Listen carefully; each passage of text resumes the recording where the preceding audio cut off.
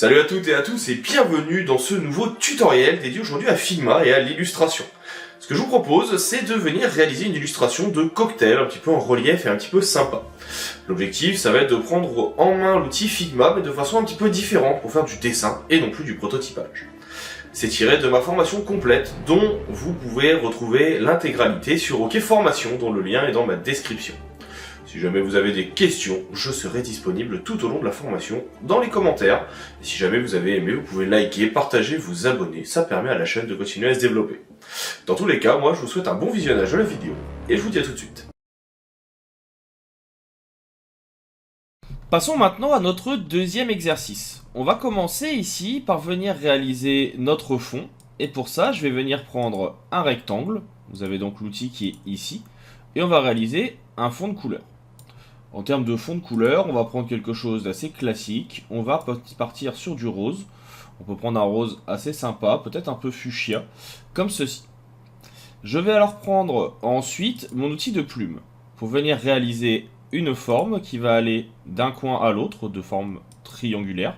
Et même si ça dépasse un petit peu, c'est pas trop grave, parce que comme on l'a vu un petit peu plus tôt, lorsque l'on vient intégrer dans l'artwork, j'allais dire, dans la frame directement l'élément, ça permet tout simplement de pouvoir venir modifier le rendu et surtout de venir le rentrer directement dedans. Donc ça, c'est plutôt pas mal. On va ensuite venir prendre notre outil de rectangle et je vais venir placer des petits rectangles de couleur comme celui-ci que l'on va également mettre en rose, mais qu'on va mettre en rose très très clair, qui vont nous permettre de venir réaliser ici un petit effet de banderole. Alors vous voyez que je viens en mettre plusieurs. On peut même venir dupliquer avec CTRL-D de façon à en avoir plusieurs de façon régulière. On va tout sélectionner, comme je l'ai fait ici, et on va ensuite venir déjà les grouper dans un premier temps. Là on voit qu'on a un petit souci en termes de taille, c'est pas optimal. On va alors venir récupérer celui qu'on a mis en dessous, donc qui est ici de couleur vert, j'allais dire de couleur rose clair, et on va le dupliquer avec un CTRL-D, ça permet de l'avoir deux fois.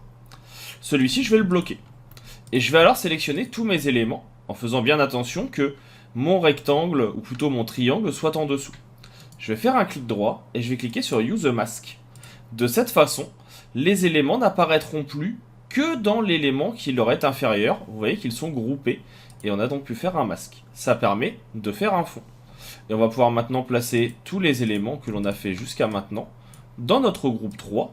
Donc là vous voyez que je les déplace dedans. Et ainsi, je peux avoir mon fond. Ça c'est la première étape pour réaliser notre projet. On va maintenant venir bloquer ce fond. Comme ça, plus de soucis, il ne bouge plus. Et tout est déjà en place. Je vais aller récupérer ici une de mes références, qui va tout simplement être celle-ci, et je vais la mettre au milieu de ma composition. Pourquoi? Parce qu'elle va nous servir de référence pour venir redessiner par-dessus.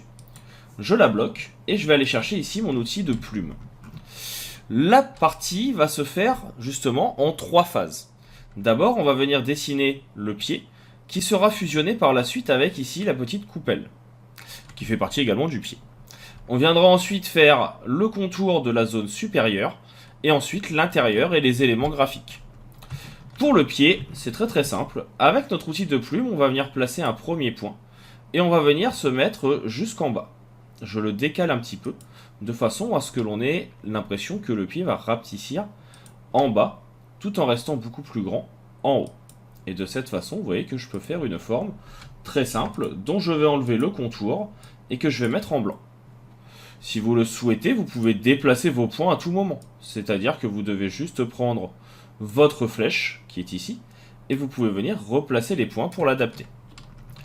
Concernant l'autre partie, on va également la faire à la plume. Pour ça, j'appuie sur Entrée pour valider mon outil de plume, et je vais en faire un nouveau. Je clique ici, un peu plus haut que prévu. Je vais descendre en ligne droite en appuyant sur Shift, et je vais faire une ligne droite dans l'autre sens. Une fois que j'ai fait cela, je vais pouvoir venir ici créer un petit arrondi qui va permettre de faire mon pied. Je vais également pouvoir venir à tout moment rajouter un point. Et ce point, en appuyant sur CTRL, je vais pouvoir venir le déplacer ou en appuyant, en revenant en arrière ici, avec la touche qui va être donc la touche de la fin, avec la flèche bleu noire, je veux dire ici, et je vais pouvoir juste venir le descendre et replacer le tout. Ça va permettre de créer, vous le voyez, un effet un peu de profondeur. Ça sera pas totalement parfait, mais ça permet justement de tester des choses. Et à tout moment, vous pouvez appuyer sur la touche Alt pour venir modifier le rendu. Et donc là, le pied me plaît bien. Je vais enlever encore une fois le contour, le mettre en blanc. On va zoomer un petit peu avec la molette et la touche contrôle pour venir réadapter un petit peu le tout. Parce que là, si vous regardez bien, on avait un effet qui était un petit peu en escalier. C'est pas toujours optimal. Une fois que c'est fait, je peux sélectionner mon élément vectoriel et le dupliquer avec un CTRL D. Vous connaissez maintenant le raccourci, on l'a déjà utilisé plusieurs fois. Ça permet d'avoir une copie.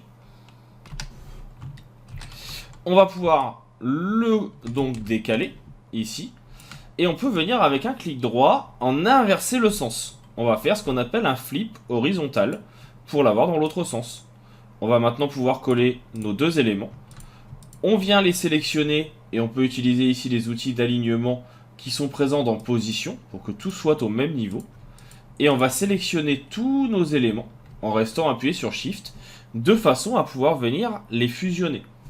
Pour les fusionner, on va utiliser une fonctionnalité qui s'appelle le Pathfinder. Et ce Pathfinder, il va se trouver ici, sur les trois petits points que vous avez. Vous cliquez dessus, et vous avez donc la possibilité de sélectionner de façon un peu plus précise, créer des composants, et ici de venir faire des fusions. La fusion que l'on va faire, nous, c'est union sélection. Et automatiquement, eh bien, tout deviendra maintenant une seule et même forme. Et on a notre pied de verre. On va maintenant passer à l'autre partie, qui va être celle qui est au-dessus. De nouveau, je vais prendre ma plume, et je vais venir me mettre, par exemple, ici, au centre. Et je vais venir tracer un contour de mon verre. C'est aussi pour ça qu'il était important d'avoir une petite référence. J'appuie sur Alt à chaque fois que je vais vouloir venir modifier la direction de mon tracé, et ainsi pouvoir venir avoir quelque chose qui corresponde au verre. On va venir ici faire une ligne droite, on va appuyer sur Shift pour avoir un trait parfait, et on va revenir dans l'autre sens pour venir faire l'autre côté. Ça ne fera pas un verre qui sera parfait, mais ça c'est pas grave, parce que c'est toujours intéressant d'avoir un effet qui est un petit peu différent et de ne pas avoir une illustration qui est vraiment totalement symétrique. En tout cas, c'est quelque chose que personnellement, j'apprécie pas totalement. J'aime bien quand il y a un côté un petit peu asymétrique qui peut être mis en place. Ici en contour, je vais le mettre en blanc. On va appuyer sur Entrée pour valider. Et on va surtout pouvoir venir dézoomer maintenant et faire repasser notre référence qui est ici, et bien dans le groupe qui la concerne, c'est-à-dire dans le groupe des références. Et on rebloque. J'ai donc maintenant mon verre qui est ici. Alors il n'est pas parfait, hein, comme on a vu, il y a des petites différences. À tout moment, je peux venir double-cliquer et on peut venir retravailler ça pour par exemple venir resserrer un petit peu nos éléments et avoir quelque chose qui nous convienne. J'aime bien l'idée d'avoir quelque chose d'un peu plus épais.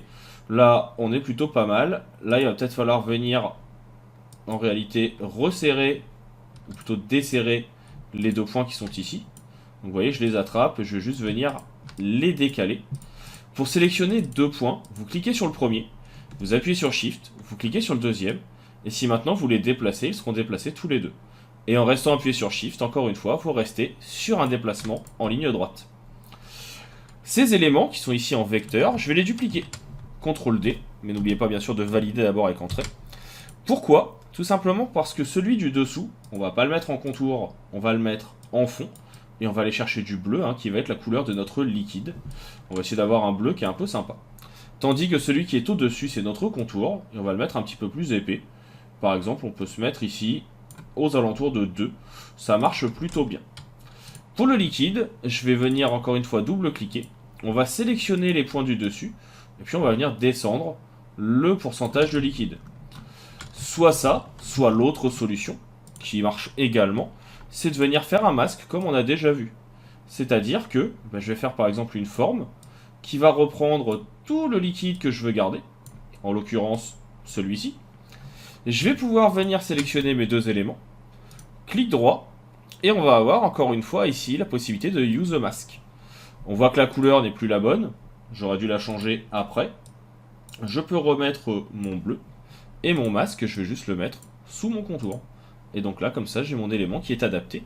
Et surtout, à tout moment, je vais pouvoir prendre mon rectangle dans mon masque et décider du niveau de mon liquide. Maintenant que celui-ci est fait, je vais pouvoir venir ajouter des petits effets graphiques. En l'occurrence, celui qui va m'intéresser, je vais commencer par faire un petit cercle et je vais venir l'arrondir légèrement. Pas un cercle, un carré. On va le mettre en blanc, mais on va baisser son opacité dans cette zone. Pourquoi? Tout simplement pour faire des glaçons. Et on va pouvoir venir les mettre dans notre verre. À tout moment, on peut modifier ce qu'on appelle donc le radius, c'est-à-dire le côté arrondi. Et puis, je vais venir mettre des glaçons dans un sens, dans un autre. Et puis un dernier, peut-être même qui sera un petit peu plus petit, pour donner l'impression qu'il y a un peu de profondeur dans ce verre. Ici, si je dézoome, vous voyez qu'on commence à avoir un peu tous nos effets de verre qui sont pas mal. On va pouvoir venir le remonter un petit peu. Et puis, je vais venir même agrandir mon contour, parce que là, je trouve qu'il n'est pas forcément assez grand. Et donc là, on est plutôt pas mal. Ce qui va nous manquer, et on l'a bien ici, c'est un petit bout de citron. Comment faire pour ajouter ce morceau de citron? Eh bien, on va prendre des outils qu'on a déjà vus et aller un petit peu plus loin.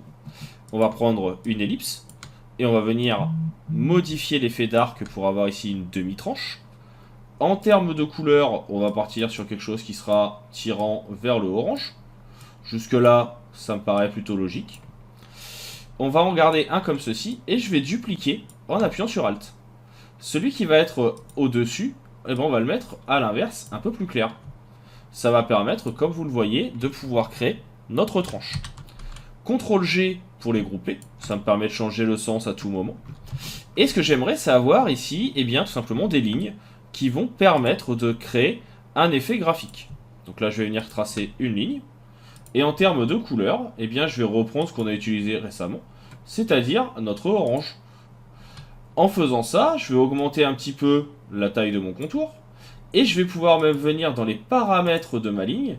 Donc pour ça, vous avez la possibilité de venir cliquer sur le bouton qui est ici, pour avoir différents types de finalisation, ou avoir un petit côté arrondi. Mieux que ça, si vous souhaitez aller même encore plus loin, et ça je trouve que c'est même plutôt intéressant, vous pouvez valider, vous zoomez, un petit clic droit pour venir convertir ici votre ligne en forme, et ainsi vous pouvez même venir maintenant double-cliquer et dire je veux peut-être que ici ça soit un peu plus arrondi, ici que ça soit un peu plus déformé, et puis ici en réalité j'aimerais bien déformer pour avoir un petit arrondi. J'en profite également, une fois que j'ai validé, pour modifier un petit peu ici mon demi-cercle. Pourquoi? Parce que si je veux, et je trouve ça plus intéressant, j'aimerais bien que ça aille jusqu'au bout ici pour avoir un peu de couleur. Et je vais descendre la même chose de l'autre côté, de façon à ce qu'on ait notre effet jusqu'au bout, et que ça fasse pas une tranche totalement parfaite. On appuie sur Entrée pour valider de nouveau. Notre élément qu'on a fait ici, je vais le dupliquer, et je vais lui faire une rotation de 45 degrés à peu près. Pour ça, je vais rester appuyé sur la touche Shift toujours, de façon à ce que la rotation reste, on va dire, dans un sens parfait. On va zoomer, et on va venir placer notre élément exactement l'un au-dessus de l'autre. Donc là, vous voyez que si ça ne marche pas, ou que si ce n'est pas parfait avec les flèches, venez le faire manuellement. Et donc là, on a notre deuxième quart. Je prends l'élément, on va venir faire une validation.